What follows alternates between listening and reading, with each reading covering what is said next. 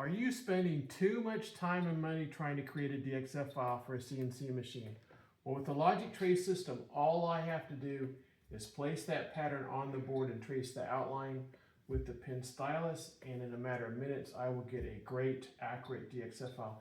This particular pattern was sent to me with a client saying, John, what's the best way to trace it? And looking at it, I think the best way is to do lines, arcs, and circles. I just go around the pattern and trace it. You'll see that on the pattern I did mark where all the lines and the arcs start and stop. Just go all the way around. I finished. That looks good. Let's go ahead and do a couple circles here. I'm going to do 3-point circles where I just digitize any 3 points in a circle. I'll pop in the circle there. Here's the first one. Here's the second one. And here is the third one. It looks great. Let's save the file and cut it out.